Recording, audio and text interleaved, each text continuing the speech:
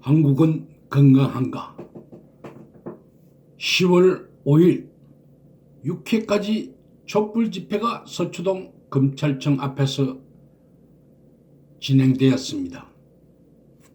수백만 명이라는 이야기가 나오고 있습니다. 검찰개혁이라는 목표 하나에 촛불을 들고 시민들이 모여들었습니다. 국민들의 힘은 무섭습니다. 공직자들이 할 일은 국민들의 의도를 알아야 합니다. 딱딱한 콘크리트 바닥에 앉아서 힘들게 개혁을 외치고 있습니다. 한국 경제의 어두운 그림자가 끼어 있어서 경제도 힘들어지고 모든 것이 어렵게 되어가고 있습니다. 거기에 일본의 경제보복까지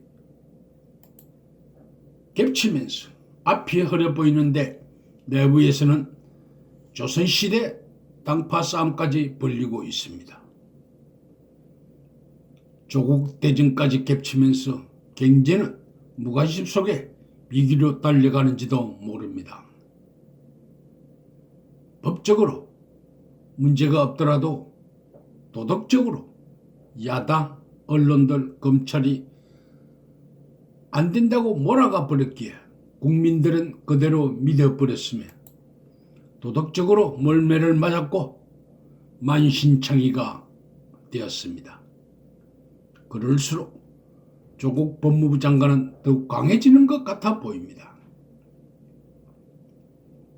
시간이 흐르면서 야당은 조국 후보를 끌어내려야 자신들이 검찰의 기여도가 있기에 뒤에 보상받으려고 할 것입니다.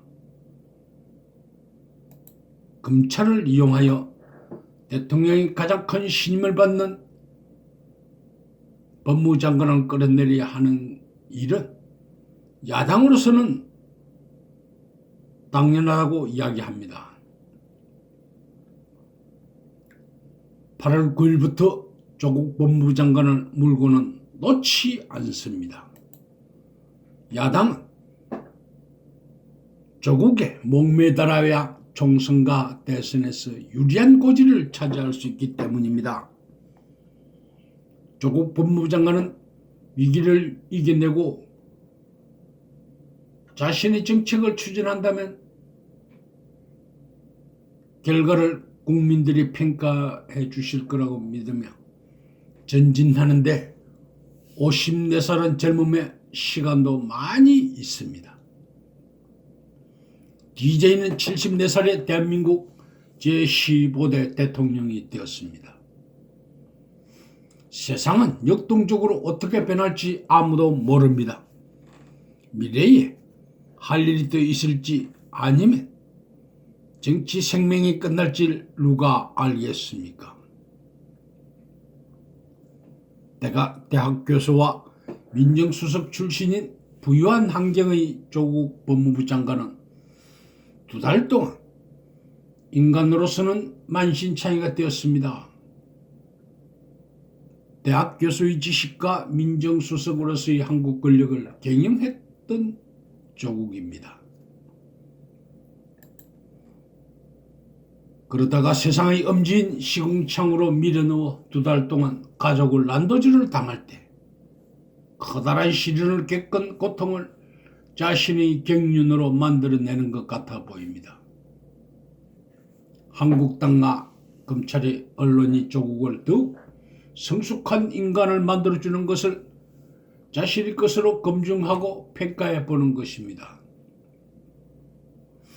한국에서 5천년 동안 가장 긴 시간 동안 남들 같으면 벌써 좌절해버릴 위기를 스스로 견뎌냈기에 최고의 경지까지 성장했을 것이고 진정한 프로가 되어 있을 것입니다. 스스로 세상을 품을 줄 알고 미래를 자신의 것으로 만들 수 있을 나이에 대한민국에서 누구도 겪어보지 못한 시련과 고통을 겪으면서 그 속에서 더욱 강한 경륜을 쌓아갑니다. 극적인 반전이 생기지 않는 한 대권에서는 멀어졌다고 모두 인식을 합니다. 그러나 법무장관으로서 검찰개혁을 강하게 추진하면서 여론의 반전을 만들어낼지도 모릅니다. 힘든 시련을 견뎌낸다면 최고의 이름값을 할 것입니다. 대한민국이 조국이 되려고 하는 것 같아 보입니다.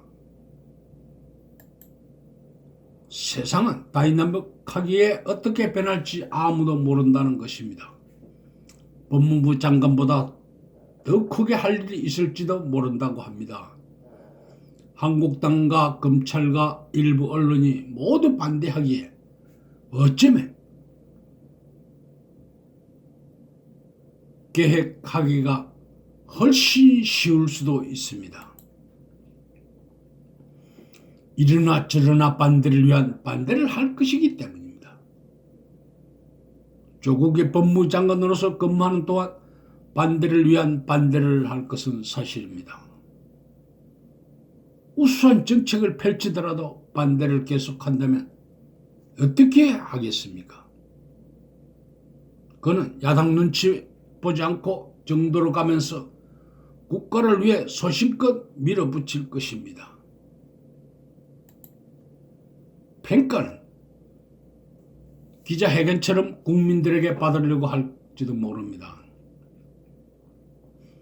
가장 낮은 바닥에서부터 자신의 역할을 다한다면, 검찰개혁을 추진한다면 국민들이 인정해주는 기회가 빨리 찾아올지도 모른다고 생각합니다. 모두 반대하는 위기 속에서 기회를 창출할 수 있다는 걸 조국 법무부 장관은 알아낸 것 같습니다. 야당과 검찰이, 언론이, 평론가들이 조국을 안 된다고 외칠수록 조국은 더욱 분발하여 사법부 계획을 더욱 강하게 추진하려고 할 것입니다. 자신감이 있어 보입니다. 조국 법무부 장관은 희생양이 되어 대한민국 최고 권력 70년 검찰을 대대적으로 혁신하면서 뿌리부터 잘라버리려고 합니다. 두 사람 중에 한 명은 치명상을 입게 됩니다. 민주당이 노리는 것은 조국 대전을 치르면서 촛불 정신으로 다가왔던 지지층들이 떨어져 나가 중도층을 형성했지만 그들은 성향이 다른 한국당으로 가지 않는다고 합니다. 9월 28일처럼 많은 인원이 참여한 촛불 집회가 검찰청 앞에서 열리면서 이탈했던 지지층의 마음은 어떻게 변할지 모릅니다. 자유한국당이 크게 실수한 것 중에 조국 법무부 장관 자택을 압수수색할 때 부인이 자신의 집을 시퍼런 권력을 가진 검찰에 들어온다면 오랜 시간 시달려온 부인으로서는 심장이 떨릴 것이기에 장관이기 전에 남편에게 전화하는 것은 당연한 일입니다. 전화를 받아 검찰에게 내 아내의 건강 상태가 안 좋으니 배려해달라고 했을 것입니다. 한 달 넘게 대한민국 최고 권력과 모든 언론에 시달린다면 인간은 초죽음이 될 것입니다. 그들은 장관의 이야기를 어떻게 보겠습니까? 고 노무현 대통령 앞에서도 당당해진 걸 보았기 때문입니다. 부인은 불안감이 엄습해 온다면 남편으로서는 당연한 말을 할 것입니다.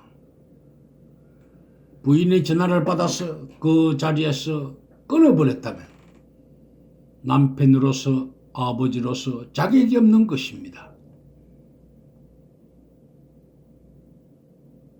그런 사람이 어떻게 대한민국 법무부 장관이 되겠습니까? 아픈 부인의 전화를 당연히 받아야 하는 것입니다.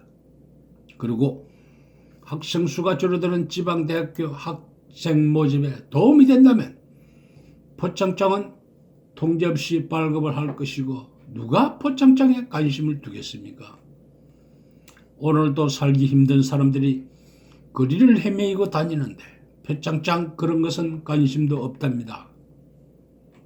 한국당은 조국을 공격해도 가족은 배려를 해줘야 하는데 110명 모두가 한 사람 가족을 공격하는 걸 보면서 자신들이 가족을 외부에서 공격해도 저렇게 할지, 그래서 지지도가 오르지 않는지 모릅니다. 한국당의 전폭적인 지지를 받고 있는 검찰도 인지도를 앞세워 너무 강한지 모릅니다. 한국당이 장관 한 명에게 2달간 110명이 목매달고 있는 꼴입니다. 개혁을 못하게 한국당이 막는다고 국민들이 생각하는 것 같습니다. 그걸 추진할 인물인 조국 법무부 장관을 대통령이 선임했으며 검찰개혁 명분으로 조국 대전을 지지하는지 모릅니다. 검찰과 한국당과 언론이 조국 대전에 몰입해 있는 사이 민주당은 총선 준비에 선점하고 있는지 모릅니다. 한국당에서는 터줏대감들인 헐레간 인물들로 내세울 때 민주당은 새로운 전략으로 다가갈 것입니다. 지금 정권에서 검증받은 인물들로 전면에 내세운다는 전략을 세운 것 같습니다. 한국당을 분산시키고 민주당이 다시 집권하는 시나리오를 만들고 있는 것 같습니다. 한국당은 오직 조국에 몰두하여 시간을 허비하고 있는 것 같습니다. 민주당은 아직도 386 세대들이 건재하고 있을까요? 모든 권력을 독점했다가 몰락했다는 386 세대들이 쉽게 물러나는 것이 아니며 2017년 문재인 대통령과 대권 경쟁의 인재들로서는 다시 2022년 대권 경쟁을 하지 않는다는 전략을 세운 것 같습니다. 마지막 종착지는 내년 총선과 2022년 대선의 승리라는 큰 그림을 민주당이 그리는 것 같습니다. 시중에 떠도는 2017년 문재인 대통령과 민주당 대선 결선에서 괴로웠던 인물들보다는 새로운 시대를 경영할 인재 등용의 교통정리인지 모릅니다. 남은 인물들은 국무총리, 대통령 전 비서실장, 서울시장, 노무현재단 이사장, 그리고 대구에서 승리한 김부겸 의원, 초대 민주당 대표였던 추미애 의원 등이 남아있습니다. 조국은 대선 주자급에서 멀어졌다고 말하지만 아직은 많은 시간을 자신이 국가를 위해 활용할 수 있고 법무부 장관으로서 시간을 활용할 수 있습니다.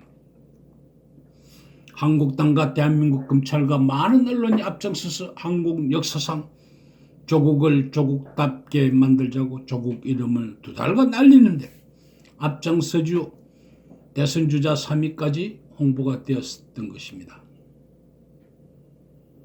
한국당에서는 터줏대감들인 흘러간 인물들을 내세울 때 민주당은 그 사이에 이미 새로운 전략을 짜고 있는 것입니다. 선택은 국민들이 표로서 답을 줄 것입니다. 정쟁을 끝내는 방법은 법무부 장관을 여야가 협의를 하여 하면 안을 제시해 보는 것입니다. 제가 제시해보고 싶은 안은 법무부 장관이 6개월 동안 업무를 해보도록 시간을 주는 것입니다. 야당이 해방을 놓든 도와주던 결과를 보고 스스로 물러나든지 장수하든지 여야가 협상을 한번 해보십시오. 야당은 당연히 거부할 것입니다. 그러나 여당은 시도를 해봐야 합니다. 국민들에게 촛불 집회, 반대 집회를 중단시키는 것입니다. 국가의 리더들은 위기를 잠재울 일을 해야 합니다. 국민들이 고통받을 때 국가의 녹을 먹는 리더들이 보수와 진보를 분열시키면 안 됩니다. 같이 힘을 모아 난국을 해결할 수 있는 그런 리더가 있어야 합니다. 그렇게 할 수 있는 시간과 리더는 대한민국에 분명히 있을 것입니다. 구독을 눌러주시면 감사하겠습니다.